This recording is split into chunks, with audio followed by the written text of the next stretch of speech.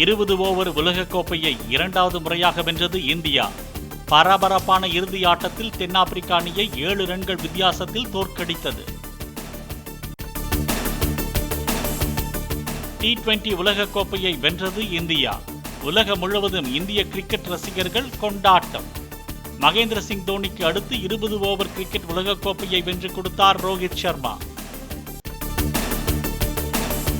சிறப்பான திறமைகளை வெளிப்படுத்தி அசாதாரண வெற்றி பெற்ற இந்திய அணியை நினைத்து நாடே பெருமை கொள்வதாக குடியரசுத் தலைவர் திரௌபதி முர்மு வாழ்த்து.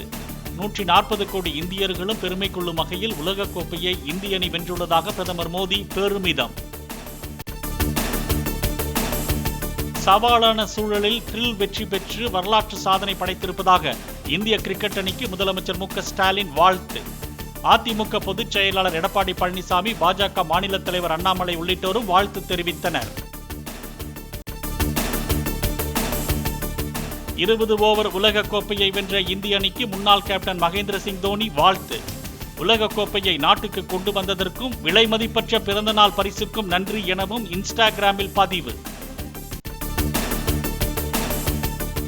என்ன ஒரு ஆட்டம், சிறிது நேரம் மூச்சே நின்று விட்டதாக இந்திய அணியின் உலகக்கோப்பை வெற்றி குறித்து கூகுள் CEO சுந்தர் பிச்சை கருத்து.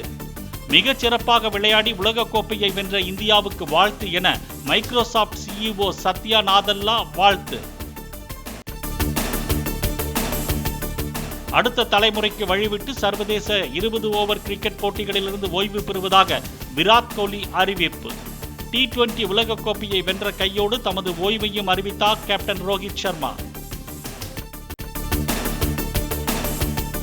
பாதிக்கப்பட்டவர்களுக்கு விரைவாக நீதி வழங்குவதற்காகவே 3 பிரிட்டிஷ் காலத்து குற்றவியல் சட்டங்கள் மாற்றப்பட்டதாக உள்துறை அமைச்சர் அமித் ஷா விளக்கம். இந்தியாவில் கடந்த 160 ஆண்டுகளில் செய்யப்பட்ட மிகப்பெரிய சீர்திருத்தம் பாரத் நியாய் சட்டங்கள் என்றும் கருத்து. தமிழக சட்டமன்றத்தில் மதுவிலக்கு திருத்த சட்ட மசோதா நிறைவேற்றம். கள்ளச்சாராயம் தயாரித்து விற்போருக்கு ஆயுள் தண்டனையோடு 10 லட்சம் ரூபாய் வரை அபராதம் விதிக்கும் வகையில் மாற்றம். மாண்புமிகு பேரவைத் தலைவர் அவர்களே, 2024ஆம் ஆண்டு தமிழ்நாடு மதுவிலக்கு திருத்த சட்ட முன்வடிவை அறிமுகம் செய்ய அனுமதி கோருகிறேன். மின் வாரியத்துக்கான மின்னணு சாதனங்கள் கொள்முதலில் ஏல சுழற்சியில் ஒரே குடும்பத்தினர் பங்கேற்றுள்ளனர். ஒரே கணினியிலிருந்து பல ஏல ஒப்பந்த புள்ளிகள் சமர்ப்பிக்கப்பட்டுள்ளதாக தணிக்கை அறிக்கையில் தகவல். டாஸ்மாகில் மதுபான விலை உயர்த்தப்பட்டாலும் அதற்கேற்ற வரி செலுத்தப்படாததால் அரசுக்கு 30 கோடியே 50 லட்சம் ரூபாய் இழப்பு. மது கொள்முதல் ஏலத்தில் ஒரே நபர்கள் தொடர்ந்து தேர்வு செய்யப்பட்டதன் மூலம் மதுபான இறக்குமதியில் முறைகேடு நடைபெற்றிருக்கலாம் என தணிக்கை அறிக்கையில் தகவல்.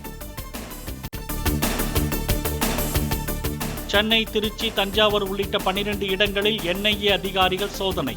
புதுக்கோட்டை மாவட்டம் மாத்தூரில் அப்துல்கான் என்பவரது வீட்டில் NIA அதிகாரிகள் ரைடு.